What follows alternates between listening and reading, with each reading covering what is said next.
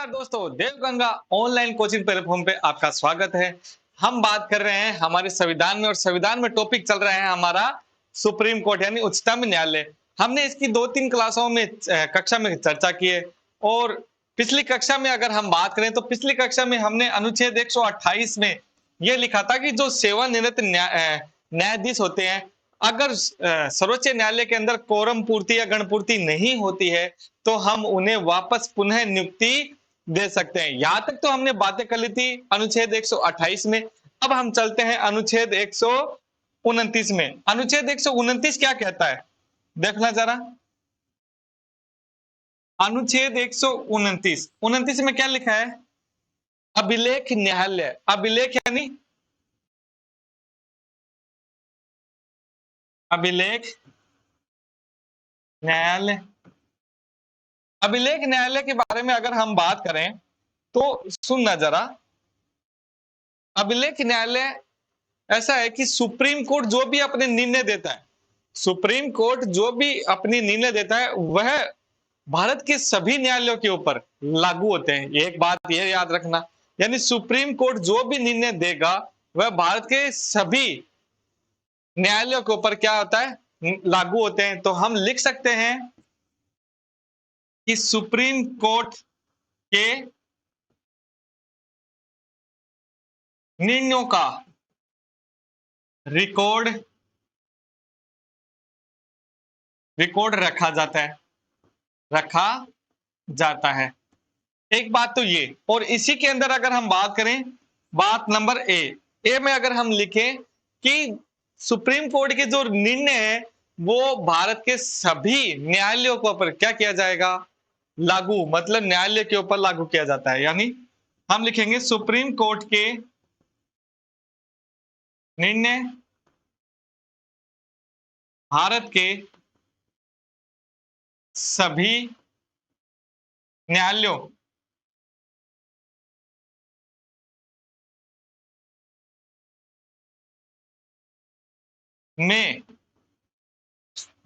में क्या किया जाता है, उनका न्यायालयों के लिए ऐसे कर सकते हैं, न्यायालयों में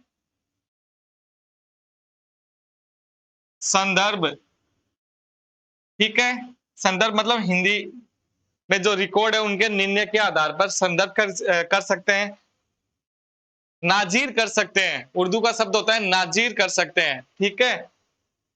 उसे रेफरेंस में कर सकते हैं। क्या लिख सकते हैं हम? रेफरेंस या नाजीर करते हैं। मतलब सुप्रीम कोर्ट के जो निर्णय, जो रिकॉर्ड होते हैं वो सभी न्यायालयों के ऊपर नाजीर हो सकते हैं, रेफरेंस हो सकते हैं या संदर्भ हो सकते हैं। एक बात तो ये। दूसरी अगर हम बात करें इसी के अंदर, दूसरी बात ये है कि अगर सुप्रीम कोर्ट के इन निर्णयों की कोई अवमानना करता है, मतलब सुप्रीम कोर्ट की अवमानना करता है, तो उस संबंधित व्यक्ति को क्या दिया जा सकती है, सजा दी जा सकती है। और सजा किस आधार पर? भारत अधिनियम पारित होता है, मतलब न्यायिक अवमानना अधिनियम 1971 के आधार पर, न्यायिक अवमानना अधिनियम 1971 के आधार पर उसे क्या दिया जा सकती है, सजा दी जाए। इवन वह चाहे क्या हो, न्यायाधीश ही क्यों ना हो, उसको भी सजा दी, और सजा दी गई है न्यायाधीश को। अभी हम बातें करेंगे कौन से न्यायाधीश को सजा दी गई है। तो लिख सकते हैं हम सुप्रीम कोर्ट यानी उच्चतम न्यायालय की अवमानना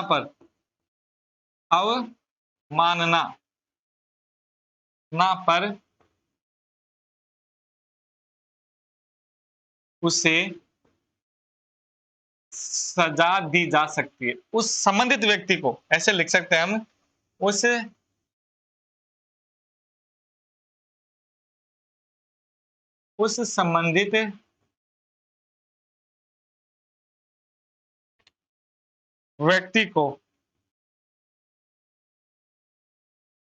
संबंधित व्यक्ति को, सजा दी जा सकती है।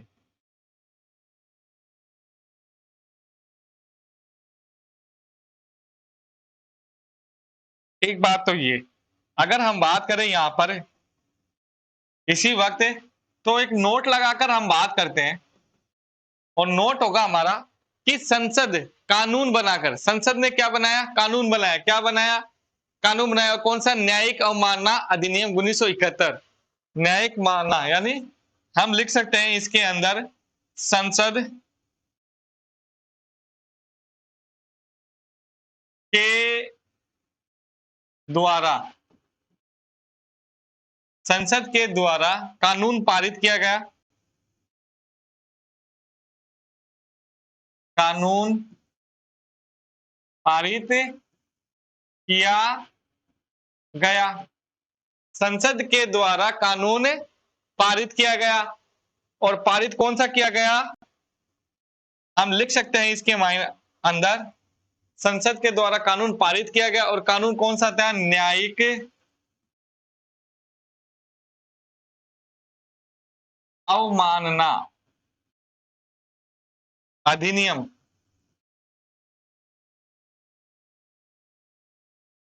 1971। अवमानना अधिनियम 1971, इसके तहत न्यायाधीश को भी क्या दी जा सकती है? यानी जो भी अगर पद पे पदासीन न्यायाधीश को भी सजा दी जा सकती है। यानी हम लिख सकते हैं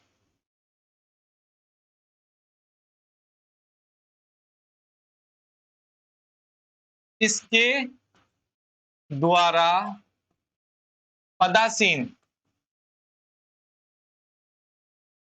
न्यायाधीश, पदासीन न्यायाधीश को भी सजा दी जा सकती है।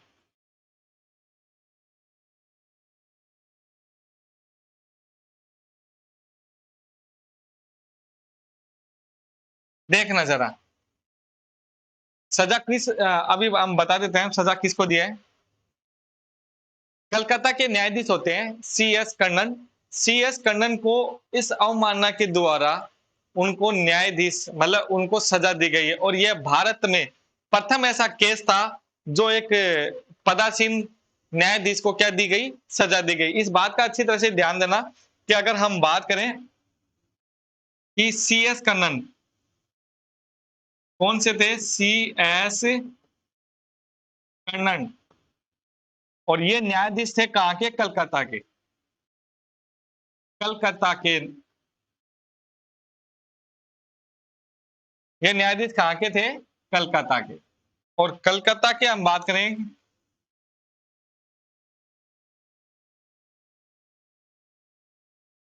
न्यायाधीश को पद पर रहते हुए सजा दी गई।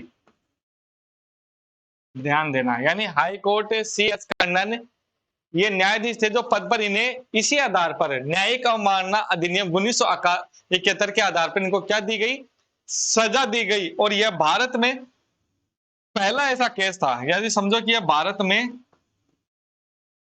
में पहली बार हुआ, पहली बार हुआ। तो क्वेश्चन आ सकता है कौन से न्यायाधीश को न्याय अवमानना अधिनियम 1971 के तहत सजा दी गई थी प्रथम बार? तो वो था CS कन्नन। CS कन्नन को सर्वप्रथम क्या दी गई थी? न्यायिक अवमानना अधिनियम के तहत सजा दी गई थी। तो इस बात का भी अच्छी तरह से याद रखना। और यह भारत में क्या था? यह पहली बार ही किसी न्यायाधीश को क्या दी गई थी? सजा दी गई थी भारत के अंदर। अब हम बात करते हैं अगले अनुच्छेद, और अगला अनुच्छेद कौन सा अपना? 130। अनुच्छेद कौन सा है? 130। हम बात करते हैं अनुच्छेद 130। ध्यान दो मेरी बात को अच्छी तरह से। अनुच्छेद 130 में क्या लिखा है? अनुच्छेद 130 में क्या लिखा है कि सुप्रीम कोर्ट सुप्रीम कोर्ट कहां पर है? दिल्ली के अंदर। यानी सुप्रीम कोर्ट स्थापित कहां है? दिल्ली के अंदर। तो मैं एक क्वेश्चन पूछ सकता हूं, क्या सुप्रीम कोर्ट की ब्रांच या पीठ नहीं हो सकती? हो सकती है। सुप्रीम कोर्ट की पीठ या ब्रांच हो सकती है। इसके बाबत में भी आवाज उठी थी। एक न्यायाधीश, मुख्य न्यायाधीश थे। कौन थे? मुख्य न्यायाधीश थे बालकृष्णन, KJ बालकृष्णन। इन्होंने क्या किया था? सुप्रीम कोर्ट की पीठ के बाबत में आवाज उठाई थी। और सुप्रीम कोर्ट की पीठ के बाबत में क्या आवाज उठाई थी कि मानो कि साउथ इंडिया में कोई हाई कोर्ट का मामला है जो सुप्रीम कोर्ट के यानी हाई कोर्ट के खिलाफ कहा जा रहा है, वो सुप्रीम कोर्ट में। और सुप्रीम कोर्ट का मतलब वो दायरा क्या होता है, बहुत बड़ा होता है। हाई कोर्ट मतलब साउथ एक तमिलनाडु से वो दिल्ली चलकर आएगा, तो ये दूरी उसके लिए बहुत ज्यादा होती है। तो उस समय हमारे मुख्य न्यायाधीश थे केजे बालकृष्ण। केजे बालकृष्ण ने यह केजे बालकृष्ण ने यह मतलब सुप्रीम कोर्ट की पीठ का निवारण मतलब सुप्रीम कोर्ट की पीठ का क्या करने के लिए मतलब उसका निवारण करने के लिए हम क्या करते हैं कि वह राष्ट्रपति के पास जाता है, लेकिन राष्ट्रपति का अनुमोदन जरूरी है उसके अंदर, राष्ट्रपति की आज्ञा जरूरी होती है, और राष्ट्रपति ने वह आज्ञा नहीं देता है। राष्ट्रपति क्या नहीं देता है, आज्ञा नहीं देता है। तो हम लिख सकते हैं इसके अंदर कि सुप्रीम कोर्ट कहाँ है, सुप्रीम कोर्ट दिल्ली में, दिल्ली में स्थापित है। लेकिन ध्यान रखना, सुप्रीम कोर्ट स्थापित तो दिल्ली में है, लेकिन सुप्रीम कोर्ट देश के अंदर कहीं पे भी जाकर मुकदमे लड़ सकता है। देश के अंदर कहीं पे भी जाकर क्या कर सकता है, मुकदमा लड़ सकता है। ये बात भी किस में है, इसी के अंदर है। तो ध्यान, ये बात लिखाऊं क्या कि जे बालकृष्णन ने सुप्रीम कोर्ट की पीठ का गठन के लिए राष्ट्रपति के पास क्या करता है, अनुमोदन करता है। आप ध्यान देना, राष्ट्रपति अनुमोदन क्यों नहीं करता, क्योंकि राष्ट्रपति को भी मंत्री परिषद की क्या चाहिए, सलाह चाहिए। और मंत्री परिषद की जब सलाह दी जाएगी तभी तो राष्ट्रपति आगे उन्हें अनुमोदन देंगे। राष्ट्रपति अनुमोदन, तो इसमें लिख सकते हैं कि राष्ट्रपति सुप्रीम कोर्ट देश में कहीं पर भी जाकर मुकदमे लड़ सकता है। यहां पे लिख लो आप, हम लिख सकते हैं सुप्रीम कोर्ट देश में कहीं पर भी मुकदमे की सुनवाई कर सकता है। मुकदमे की सुनवाई सुनवाई कर सकता है, कर सकता है। देश में कहीं पर भी मुकदमे की क्या कर सकता है, सुनवाई कर सकता है। अब हम बात करते हैं अगले अनुच्छेद, और अगला अनुच्छेद क्या है अपना, अनुच्छेद है 131। अनुच्छेद है 131 मतलब उच्चतम न्यायालय का क्षेत्राधिकार या अधिकारिता, या अधिकारिता। हम सुप्रीम कोर्ट का क्या मान सकते हैं इसमें, सुप्रीम कोर्ट का क्षेत्राधिकार, और आजकल नया शब्द जोड़ा गया है इसमें, अधिकारिता। अधिकारिता, ठीक है, ये शब्द भी ध्यान रखना, अधिकारिता। अब सुनो मेरी बात, सुप्रीम कोर्ट का क्षेत्राधिकार मतलब इसका अधिकार के मतलब क्या होता है, देखो ध्यान देना कि वो मुकदमे सिर्फ सुप्रीम कोर्ट यानी सर्वोच्च न्यायालय यानी उच्चतम न्यायालय ही सुन सकता है। कौन से, केंद्र सरकार या राज्य सरकार में किसी प्रकार का विवाद हो, वो मुकदमे कौन करेगा, सुप्रीम कोर्ट सुनेगा। एक राज्य या राज्य के बीच में, राज्य या राज्य के बीच में किसी प्रकार का विवाद हो तो वो भी कौन करेगा, सुप्रीम कोर्ट ही सुनेगा। हो सकता है जैसे मैं मानू केंद्र और राज्य के बीच में इनका विवाद चल रहा है, तो हाई कोर्ट नहीं सुन सकता क्या, नहीं, हाई कोर्ट राज्य में, और हाई कोर्ट क्या कर सकता है, पक्षपात कर सकता है। इस बात के भी ध्यान रखने, हाई कोर्ट पक्षपात कर सकता है। तो इस पक्षपात के चक्कर में जो भी मामले हैं वो सुप्रीम कोर्ट में सुने जाते हैं। ठीक है, तो यहाँ पर हम लिख सकते हैं क्या, एक लिख सकते हैं हम, पहला क्या लिखेंगे, राज्य देश केंद्र सरकार या भारत सरकार, ऐसे भी हम लिख सकते हैं। हम लिख सकते हैं भारत सरकार व राज्य सरकार में किसी प्रकार का विवाद विवाद हो तो सुप्रीम कोर्ट में ही सुनवाई होगी, ऐसे लिख सकते हो, सुप्रीम कोर्ट में सुनवाई होगी।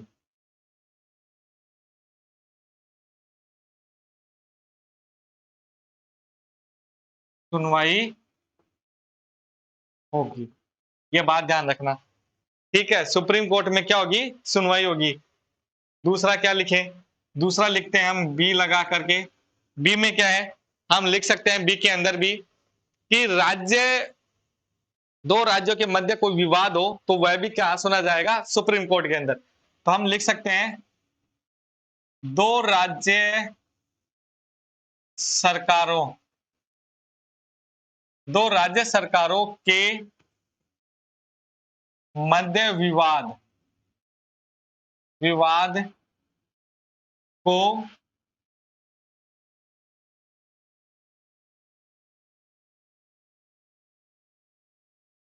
सुप्रीम कोर्ट में सुनवाई होगी।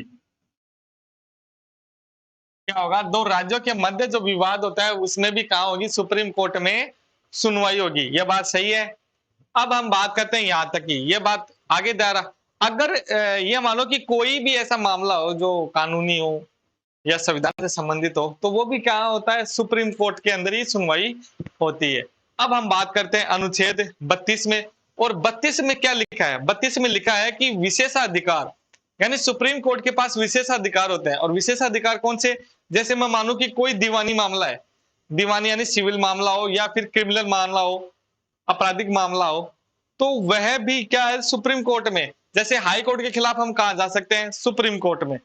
समझ रहे मेरी बात से, यानी हाई कोर्ट के खिलाफ कहा जा सकते हैं हम, सुप्रीम कोर्ट में। तो बात करते हैं अनुच्छेद 132। अच्छा, इसके अंदर मैं एक और बात और बता दूं आपको कि अनुच्छेद 71 में मैंने राष्ट्रपति पढ़ाया था, तब मैंने आपको बताया था कि ये बताया था कि अगर राष्ट्रपति और उपराष्ट्रपति के चुनाव के मध्यम किसी प्रकार का विवाद होता है तो उसकी भी सुनवाई कौन करेगा, सुप्रीम, मतलब उस पर फैसला कौन देगा, सुप्रीम कोर्ट। उसके अंदर फैसला कौन देगा, सुप्रीम कोर्ट। तो हम इसमें लिख सकते हैं अपीलीय अधिकार, यानी अनुच्छेद 132 में क्या लिखते हैं, अपीलीय अधिकार, अपीलीय अधिकार। और अपीलीय अधिकार में क्या लिखेंगे, दीवानी मामला या क्रिमिनल मतलब आपराधिक मामला हो या फिर संविधान से संबंधित किसी तरह का मामला हो तो वह सुप्रीम कोर्ट में सुना जा सकता है। ठीक है, तो क्या लिखेंगे हम, दीवानी यानी सिविल मामला, दीवानी यहां पर लिख सकते हो सिविल, या आपराधिक या दांडिक मामला, मतलब आपराधिक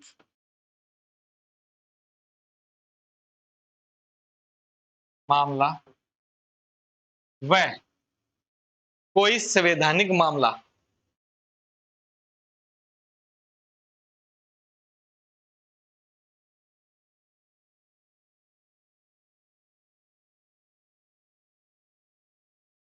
सुप्रीम कोर्ट में यानी उच्चतम न्यायालय में सुनवाई जा सकती है, यानी सुना जा सकता है, उच्चतम न्यायालय में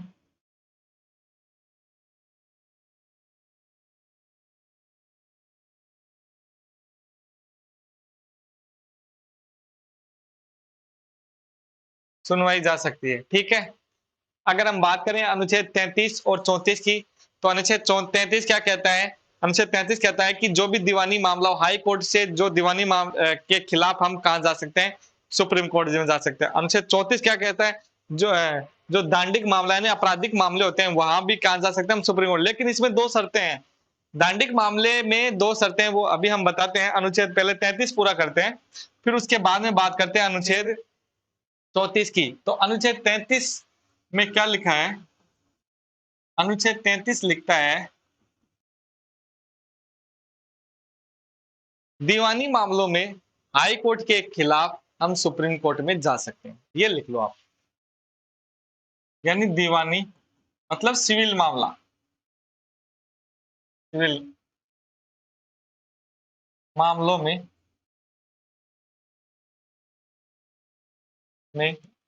हाई कोर्ट के खिलाफ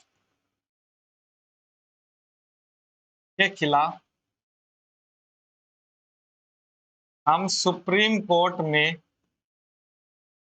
जा सकते हैं। दीवानी मामला सिविल मामलों में हाई कोर्ट के खिलाफ हम सुप्रीम कोर्ट में जा सकते हैं। यह बात तो होती है अनुच्छेद 133 की। अब हम बात करते हैं अनुच्छेद 134 की। अनुच्छेद 134 क्या कहता है?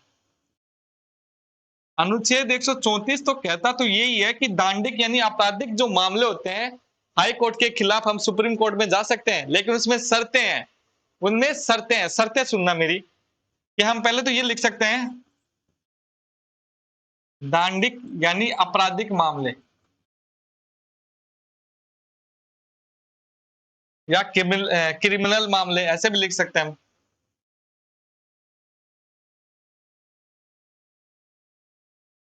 में हाई कोर्ट के फैसले के खिलाफ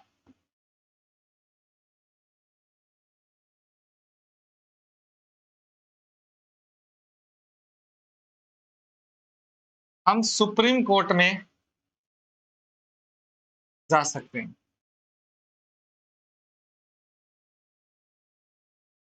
आई बात समझ में? मतलब दांडिक आपराधिक मामलों में हाई कोर्ट के फैसले के खिलाफ हम सुप्रीम कोर्ट में जा सकते हैं, ये बात समझ में आएगी। लेकिन उसका एक निम्न शर्तें होंगी, यहां लिख सकते हो आप, निम्न शर्तें, निम्न शर्तें हैं। और निम्न शर्तें क्या हैं? निम्न शर्तें ये है कि जैसे ये मान लो ए है, ए में ये लिखा है कि कोई सेशन न्यायालय मतलब डिस्ट्रिक्ट कोर्ट के अंदर कोई मामला चल रहा है और उसे हाई कोर्ट अपने पास बुला लेता है, यानी उसे हाई कोर्ट अपने पास बुला लेता है और उस मामले के खिलाफ उस व्यक्ति को वह फांसी की सजा दे देता है। उस मामले के खिलाफ उस व्यक्ति को क्या दे देता है?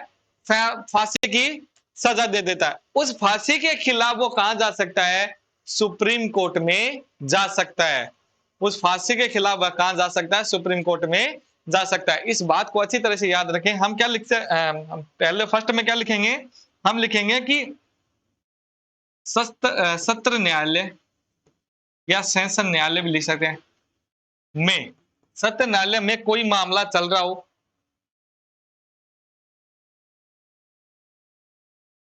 कोई मामला या किसी मामले की सुनवाई हो, ऐसे लिख सकते हैं। सत्र न्यायालय में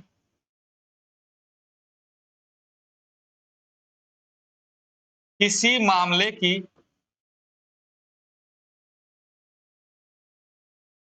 सुनवाई हो, किसी मामले की क्या हो? सुनवाई हो। लेकिन हाई कोर्ट, हाई कोर्ट उसे अपने पास मंगवा लेता है, उसे अपने पास मंगवा लेता है। हाई कोर्ट उसे अपने पास मंगवा लेता है और उस मामले में, और उसे मामले में उस व्यक्ति को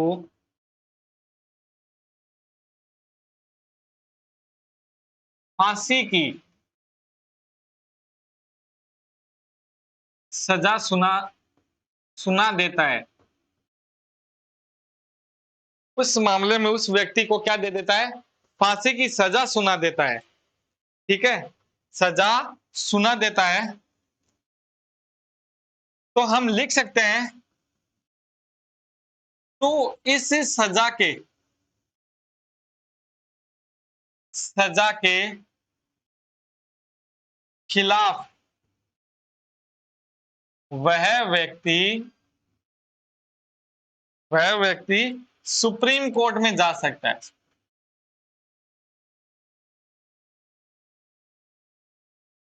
ऐसे मामले में होने, ऐसे मामले तो होने कि भाई उसने मेरे ऊपर अत्याचार किया यानी मेरे ऊपर थप्पड़ मार दी, तो ऐसा मामला मैं सुप्रीम कोर्ट में लेके चला जाऊं, ऐसे नहीं जा सकते। सुप्रीम कोर्ट में ऐसे मामलों की सुनवाई नहीं होती है कोई ऐसा। दूसरा क्या होता है? दूसरा अगर मैं बात करूं कि जैसे डिस्ट्रिक्ट कोर्ट में कोई मामला चल रहा है और डिस्ट्रिक्ट कोर्ट किसी व्यक्ति को बाइज्जत बरी कर देता है, मतलब उससे बरी कर देता है, और जो उसके विपक्ष वाले होते हैं वो कहां चले जाते हैं? High court. हाई कोर्ट वाले उस व्यक्ति को फांसी की सजा दे देता है, तो इस मामले में भी वह सुप्रीम कोर्ट में जा सकता है। दोनों सूरतों के आधार पर वह सुप्रीम कोर्ट में जा सकता था। हम क्या क्या लिख सकते हैं? सत्र न्यायालय में किसी मामले में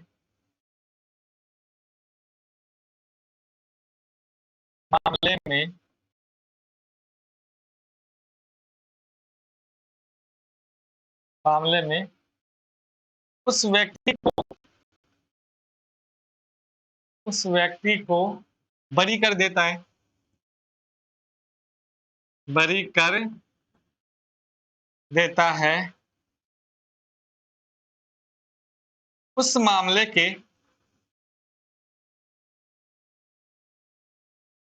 विपक्षदार विपक्षदार हाई कोर्ट में जाते हैं, यानी उच्च न्यायालय में जाते हैं, हाई कोर्ट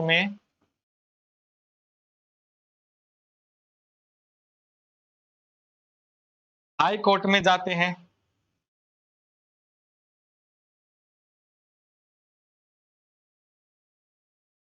हाई कोर्ट में जाते हैं और हाई कोर्ट उसे फांसी की सजा सुना देता है।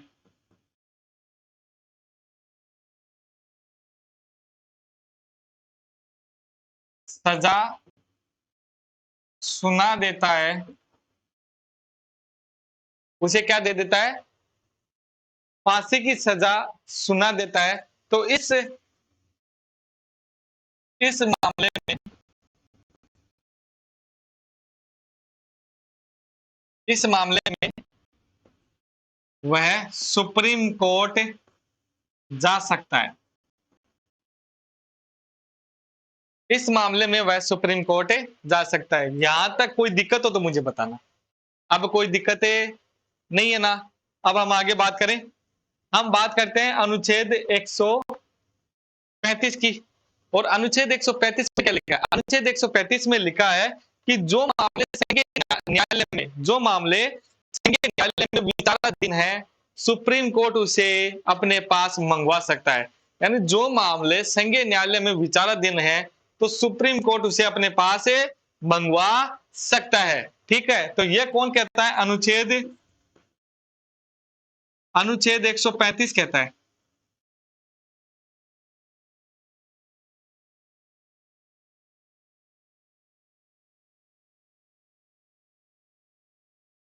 अनुच्छेद 135 कि जो मामले संघीय न्यायालय में विचाराधीन है, हम क्या लिखेंगे? जो मामले संघीय न्यायालय में विचाराधीन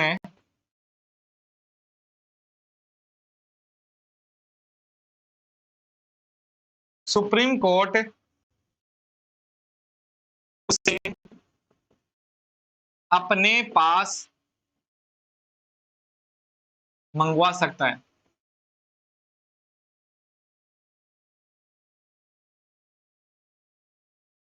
जो मामले संघीय न्यायालय में विचाराधीन है, सुप्रीम कोर्ट उसे अपने पास मंगवा सकता है। अब बात करते हैं इसके अगले अनुच्छेद। और अगला अनुच्छेद क्या है? 136। अनुच्छेद क्या है? 136। और 136 क्या कहता है? सुनना जरा। विशेष याचिका या एसएलपी। अनुच्छेद 136 क्या कहता है? विशेष याचिका या एसएलपी। मतलब हम कह सकते हैं कि देश के किसी भी मामले के खिलाफ हम सुप्रीम कोर्ट में जा सकते हैं, लेकिन उसके सामने हमारे सामने क्या होनी चाहिए? एक याचिका या विशेष याचिका यानी एसएलपी होनी चाहिए। उस एसएलपी के आधार पर हम जा सकते हैं। देखना, मैं एक एसएलपी के बारे में आपको बता देता हूं कि जैसे हाई कोर्ट में कोई मामला है और हाई कोर्ट में वह मामला उस व्यक्ति के खिलाफ आता है, तो वह व्यक्ति सुप्रीम कोर्ट में जा सकता है इवन, लेकिन उसके पास एक दायर कॉपी होनी चाहिए। अगर वह दायर कॉपी नहीं होती है तो वह एसएलपी का इस्तेमाल कर सकता है। एसएलपी का इस्तेमाल कर सकता है। उस एसएलपी के थ्रू वह सुप्रीम कोर्ट में अपना मामला रख सकता है। ठीक है, अब क्या लिखेंगे यहां पर? अनुच्छेद 136, अनुच्छेद 136 मैंने क्या बताया, विशेष याचिका या एसएलपी, विशेष याचिका या एसएलपी। तो यह लिखना,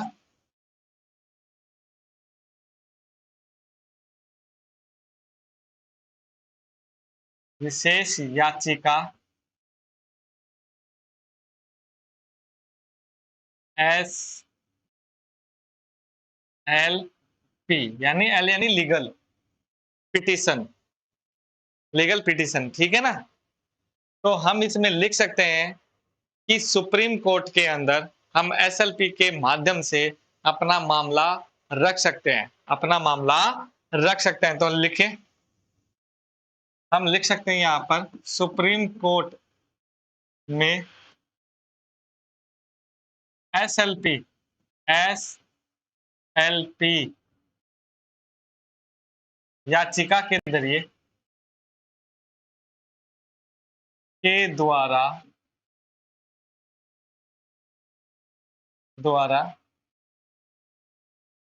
हम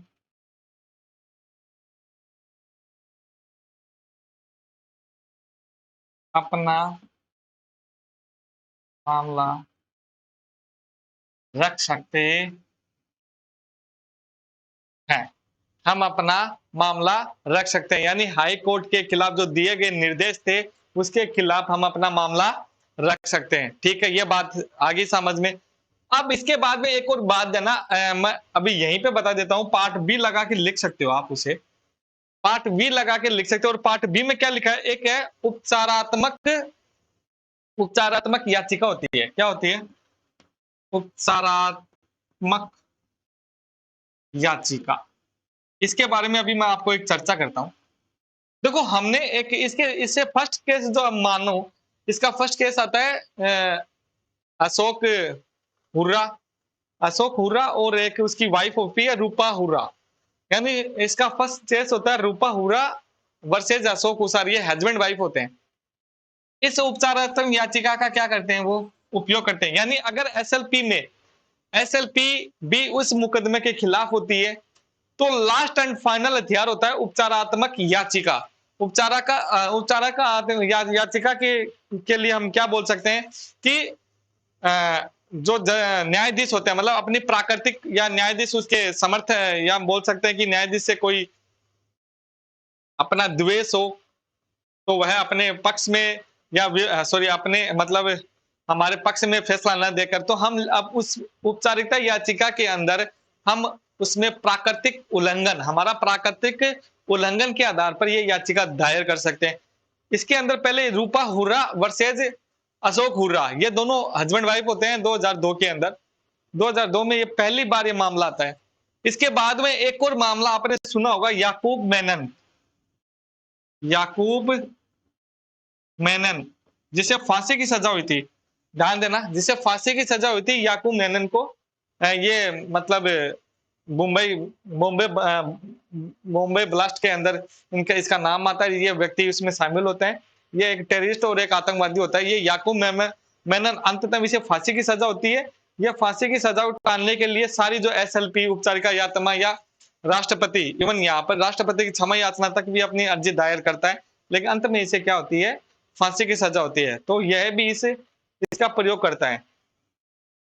तो हम लिख सकते हैं कि एसएलपी यह अंतिम होती है, तो हम लिख सकते हैं कि इसके अंदर उपचारिका आत्मा के, उपचारिक याचिका के खिलाफ हम लिख सकते हैं कि एसएलपी के खिलाफ हम हमारी प्राकृतिक उल्लंघन होने के कारण हम उपचारिका याचिका दायर कर सकते हैं। हम लिख सकते हैं, इसमें क्या लिख सकते हैं कि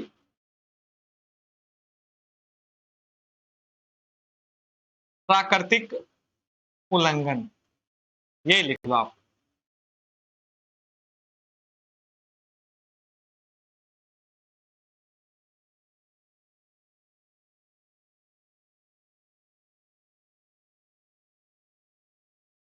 उल्लंघन होने पर, होने पर हम उपचारात्मक याचिका दायर कर सकते हैं, दायर कर सकते, याचिका दायर कर सकते हैं। प्रथम बार सबसे पहले कब हुआ इसका उपयोग? प्रथम इवन होता नहीं है जल्दी से, प्रथम बार हुआ था रूपा हुर्रा, रूपा हुर्रा वर्सेज अशोक हुर्रा, अशोक हुर्रा 2002 में।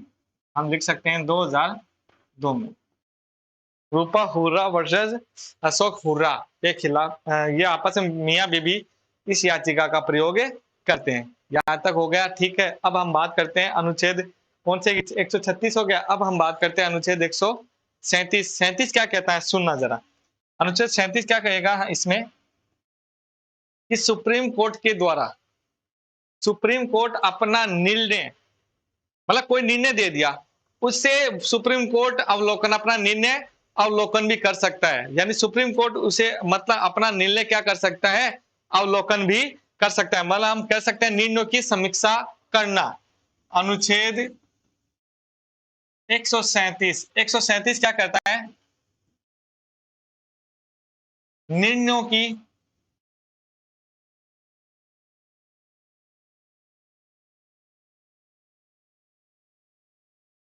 एक सौ सैंतीस कहता है निर्णयों की समीक्षा करना,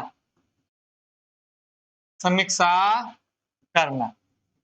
सुनना मेरी बात, समीक्षा करना मतलब जैसे कि कोई मामला हो, सुप्रीम कोर्ट ने उसे अपना निर्णय दे दिया, अपना जजमेंट दे दिया, तो 4 साल बाद में, 4 साल बाद में उसके खिलाफ कोई मतलब उस जजमेंट के खिलाफ पुख्ता सबूत लेके आता, तो वो पूरा इवन वो पूरा जजमेंट बदल जाता है।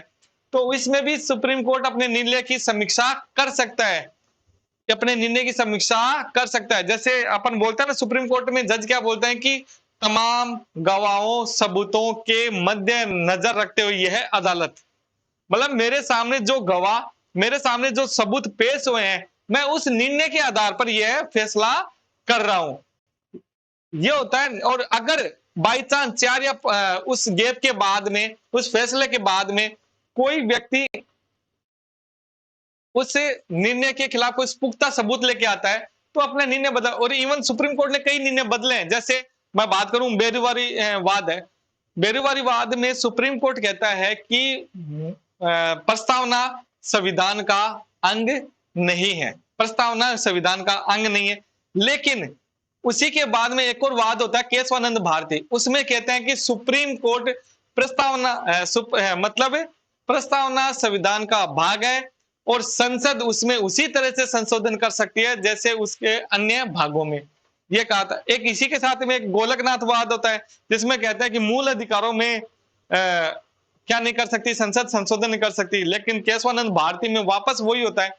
तो इसी ध्यान में हम लिख सकते हैं कि निर्णयों की समीक्षा करना, कि सुप्रीम कोर्ट अपने निर्णयों के समीक्षा कर सकता है। तो क्या लिखेंगे यहां पर, सुप्रीम कोर्ट अपने दिए गए निर्णयों की समीक्षा कर सकता है, की समीक्षा कर सकता, की समीक्षा कर सकता है। हम उदाहरण के लिए अगर मैं एग्जांपल लो तो आप ले सकते हो बेरुवारी वाद। ये कब हुआ था, 1960 में। ठीक है, इसमें लिखना थोड़ा पड़ेगा इसमें कि ये सुप्रीम कोर्ट ने ये कहा था, क्योंकि बेरुवारी वाद में मैंने बता दिया था, प्रस्तावना जब मैंने पढ़ाई थी तो उस समय मैंने बता दिया। तो हम लिख सकते हैं केशवानंद केशवानंद भारती वाद।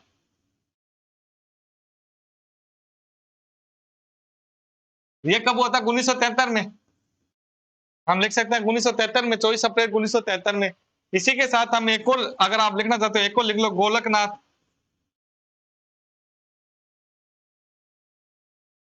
वाद। ये कब हुआ था, 1967 में।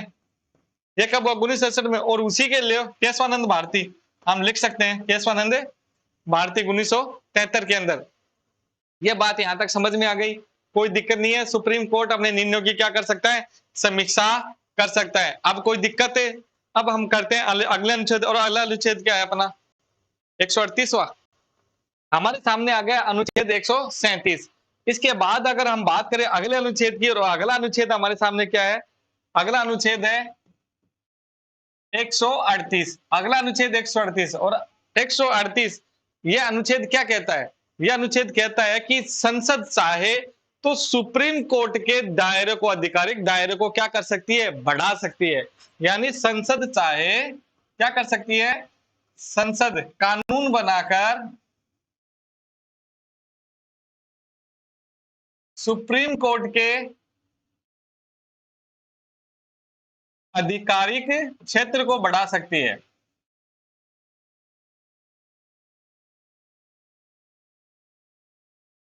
बढ़ा सकती है। ये बात हो गई। इसके बाद अगर हम अगले अनुच्छेद की बात करें तो अगला अनुच्छेद क्या है अपना? 139। 139 में क्या लिखा है? 139 में लिखा है कि संसद मूल अधिकार की तरह, संसद मूल अधिकारों की तरह अन्य अधिकारों में भी सुप्रीम कोर्ट को याचिका दायर करने का अधिकार दे सकती है। यानी मूल अधिकार की तरह अन्य याचिकाओं में हम क्या कह सकते हैं कि संसद कानून बनाकर, हम क्या कहेंगे? संसद कानून बनाकर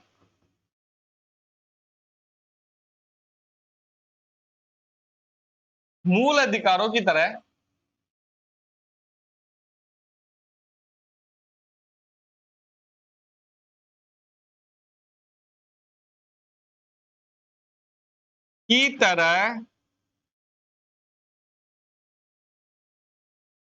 अन्य मामलों में सुप्रीम कोर्ट को याचिका दायर करने का अधिकार दे सकती है।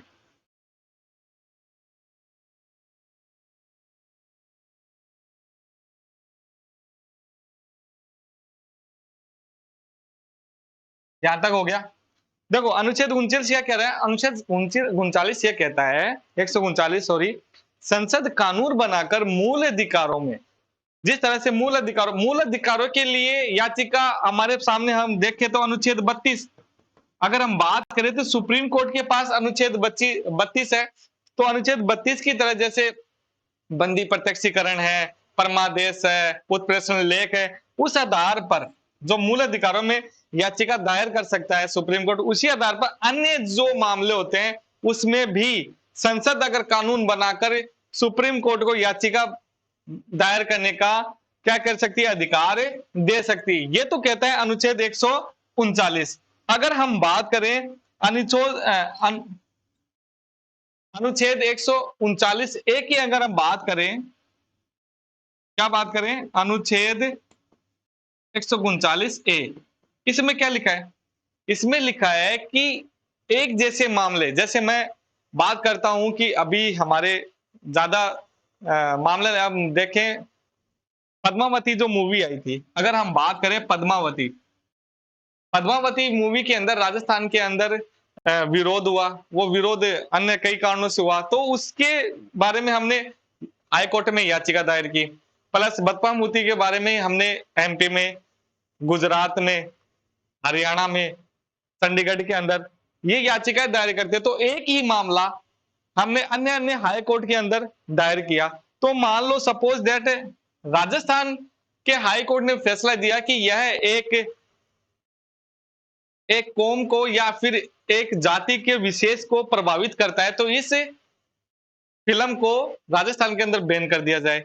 अगर ये फैसला यूपी के अंदर आए और यूपी कहे कि यह किसी प्रकार का एक ही जाति विशेष को नुकसान नहीं करी, तो इस फिल्म को क्या किया जाए? सिनेमाघरों में चलाया जाए। तो एक फैसला और अन्य अन्य हाई कोर्टों के आधार पर अन्य अन्य सुनवाई होती है। तो इस आधार के अंदर सुप्रीम कोर्ट क्या कहता है? सुप्रीम कोर्ट यह कहता है कि अगर एक ही मामला अन्य अन्य हाई कोर्ट के अंदर हो तो वह अपने पास क्या कर सकता है? उसे मंगवा सकता है, अपने पास उसे मंगवा सकता है। तो हम कह सकते हैं कि एक ही जैसे मामले को सुप्रीम कोर्ट अपने पास मंगवा सकता है। और ये क्या कहता है अनुच्छेद 139 ए कहता है, क्या कहता है 139 ए कहता है, क्या कहता है कि सुप्रीम कोर्ट एक जैसे या एक समान मामले को कह सकते हैं हम, यानी एक समान मामले को लिख सकते हो, एक समान मामले को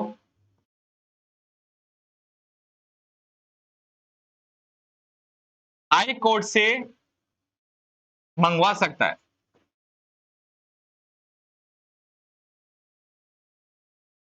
यहां तक आ गई बात समझ में। अगर हम इसके आगे की बात करें, आगे की बात देखो, एक अनुच्छेद है हमारे सामने, बात करें 262 की। अनुच्छेद 262 क्या कहता है? अनुच्छेद 262 कहता है कि अगर दो राज्य या तीन राज्यों या तीन से ज्यादा राज्यों के अंदर कोई जल संबंधी विवाद है, तो वह विवाद संसद कानून बनाकर उस विवाद का फैसला कर सकती है। इसमें सुप्रीम कोर्ट का क्या होता है? हस्तक्षेप नहीं होता। हम कह सकते हैं कि संसद कानून बनाकर जल संबंधी विवादों का एक प्राधिकरण तैयार कर सकती है और उस प्राधिकरण को सुप्रीम कोर्ट के दायरे से बाहर कर सकती है। तो हम इसके अंदर क्या लिख सकते हैं कि संसद जल संबंधी मामले को, संबंधी विवाद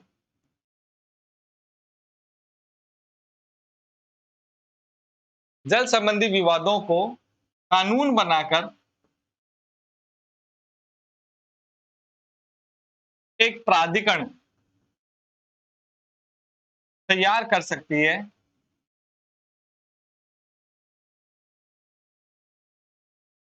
है, और उस प्राधिकरण को हम कह सकते हैं, उस प्राधिकरण को सुप्रीम कोर्ट के अधिकार क्षेत्र से बाहर कर सकती है, अधिकार क्षेत्र से बाहर कर सकती है। आई बात समझ में?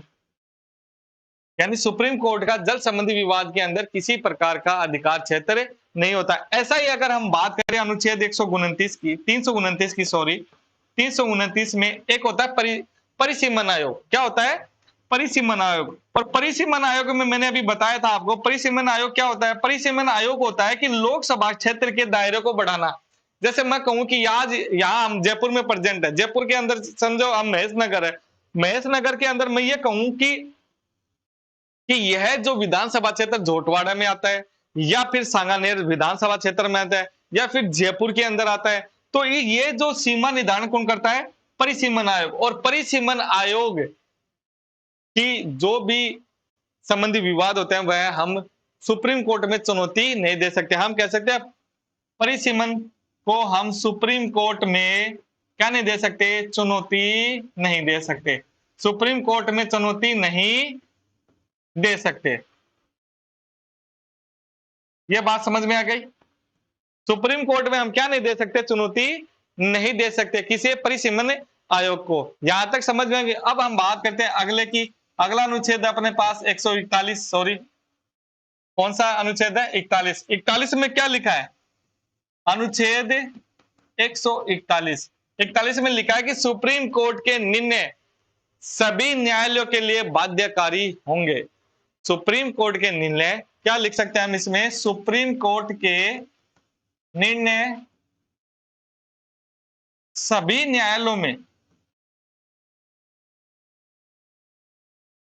सभी न्यायालयों में बाध्यकारी होंगे।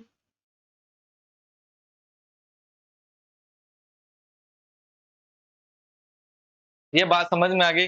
ध्यान रखना एक और है, यहां तक हम बात करें कि सुप्रीम कोर्ट की जो भाषा शैली होती है वह कौन सी होती है? इंग्लिश होती है, मतलब अंग्रेजी होती है। भाषा शैली अगर हम बात करें, और यह लिख रखा किस में? अनुच्छेद 348 में। और अनुच्छेद 348 में supreme court even high court की जो भाषा होगी वो क्या होगी? अंग्रेजी होगी। क्या होगी? अंग्रेजी होगी। तो हम लिख सकते हैं सुप्रीम कोर्ट व हाई कोर्ट की भाषा अंग्रेजी होती है। क्या होती है? अंग्रेजी होती है। ये बात समझ में आ गई। हमारे वर्तमान मुख्य न्यायाधीश की हम बात करें तो कौन है? धनंजय यशवंत चंद्रचूड़, जो 50वें नंबर के हैं। अगर ये बात ध्यान है तो 50वें नंबर के कौन से हमारे वर्तमान मुख्य न्यायाधीश है? CJI, chief justice of India, कौन है? धनंजय वाई, यानी हम लिख सकते हैं यशवंत चंद्रचूड़। ये वर्तमान के अंदर हमारे मुख्य न्यायाधीश है। ये आज हमने सुप्रीम कोर्ट को, इस टॉपिक को यहीं पे आज खत्म करते हैं। हम बात करते हैं अब अगली क्लास में नए टॉपिक के साथ। तब तक के लिए जय राम जी की।